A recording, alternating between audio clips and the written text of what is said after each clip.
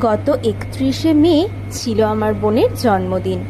ওই দিনটা সকাল সকাল আমি আর মা দুজন মিলে বেরিয়ে পড়েছিলাম ওর জন্য কিছু গিফট কেনার জন্যে। কিন্তু জানো তো, আমার মা তো মাই, আসলে আমার মা বলে কথা নয়। আমার মনে হয় পৃথিবীর সব মায়েরাই এরকম হয়, আর ধীরে ধীরে আমিও এরকম হয়ে যাচ্ছি, যে কিনতে তো যাই একটা জিনিস, কিন্তু ঘরের যে কোনো জিনিস দেখলেই মনে হয় কিনে নিই। আর এই এক একটা শপিং মল এক একটা বড় বড় ফাঁদ। যাই হোক, সেসব তো হলো সকালবেলা। তারপর আমার অফিস ছিল, চলে গিয়েছিলাম অফিসে। অফিস থেকে বেরিয়ে ওই রাত তখন 9টার সময় দুজন মিলে যাচ্ছি বাড়িতে, দিদার বাড়ি। ওই ছোট করে একটু সেলিব্রেশন আছে, সবাই মিলে, বাড়ির সবাই মিলে একটুখানি বোনের জন্য কেক কাটা হবে, একসাথে খাওয়া দাওয়া হবে। এর থেকে আর বেশি কী বা চাই বলো। তাই যাওয়ার সময় প্রথমেই ডোয়াজুলাইকে গিয়েছিলাম, কিন্তু ওখানে যেই কেকটা পছন্দ হয়েছিল সেই কেকটা বললে একটু ডিফেক্ট আছে, ওনারা দিতে পারবেন না। তারপর গেলাম মিও আমরে। মিও আমরের সমস্যা একটাই, ওখানে প্রত্যেকটা কেকই আমাদের মোটামুটি খাওয়া হয়ে গিয়েছে। তাও লাস্টে একটা নতুন কেক দেখলাম, সেটাই নিয়ে গিয়েছিলাম।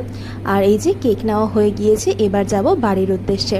আর ও যাচ্ছে, দিদাকেও দেখে নেবে একেবারে, তো বললো দিদার জন্যও একটা হরলিক্স নিয়ে যাই। তো সেটাই কিনছিল ওখান থেকে। তো দুজন মিলে পৌঁছে গিয়েছিলাম দিদার বাড়িতে।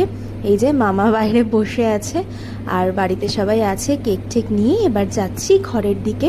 আসলে ভাই বলো বোন বলো যারই জন্মদিন হোক, সবার জন্মদিনের কেক নেওয়ার দায়িত্বটা আমি নিজেই নিয়ে নিই। তো সেই জন্য এতগুলো কেক আমাদের নেওয়া হয়ে গিয়েছে যে আর কোনো কেককেই নতুন মনে হচ্ছিল না, একমাত্র এটি ছাড়া। তো বললো এটা ফালুদা কেক, খেতেও বেশ মোটামুটি ভালোই ছিল। পৌঁছে গেলাম, অনেকটা গল্পগুজব করার পর এই যে বাবা এখন ওখানে মোমবাতিতে জ্বালিয়ে দিচ্ছে, কেক কাটিং হবে। তো এখানেও সবাইকে কেক খাওয়ানো দাওয়ানো চলছে, বললাম না পরিবারের কয়েকজন, তো সেই নিয়েই সবাই মিলে একটু মজা করা হচ্ছিল। আর সবাইকে বলবো আমার বোনকে অনেক অনেক আশীর্বাদ করবেন, ও যেন অনেক ভালো মানুষ হতে পারে, অনেক বড় মনের মানুষ হতে পারে। জানেন তো, আমার মাসি যখন চলে যায় তখন আমার ভাই বোন দুজনেই কিন্তু বেশ ছোট। তাই তাদের কাছে বাবা মা বলুন বা যাই বলুন, গার্জিয়ান বলুন, সবটাই কিন্তু আমার মা, আমার বাবা আর দিদা। তবে দিদার তো এখন বয়স হয়েছে, দিদার ওপর সেভাবে নির্ভরশীল নয়, কিন্তু প্রত্যেকটা জিনিস, প্রত্যেকটা ডিসিশন সবটাই আমার মা বাবা। আর আমার বাবাকে আমার ভাই বোন দুজনেই বড় বাবা বলে ডাকে। তারা যখন অনেক ছোট তখন থেকেই ওই মেশো কথাটা বলতে পারতো না, তাই তখন থেকেই তারা বড় বাবা বলে বলে অভ্যস্ত। এবং আমার বাবাও কিন্তু তাদের দুজনের প্রতি সেই কর্তব্যটা যতটা সম্ভব পালন করে।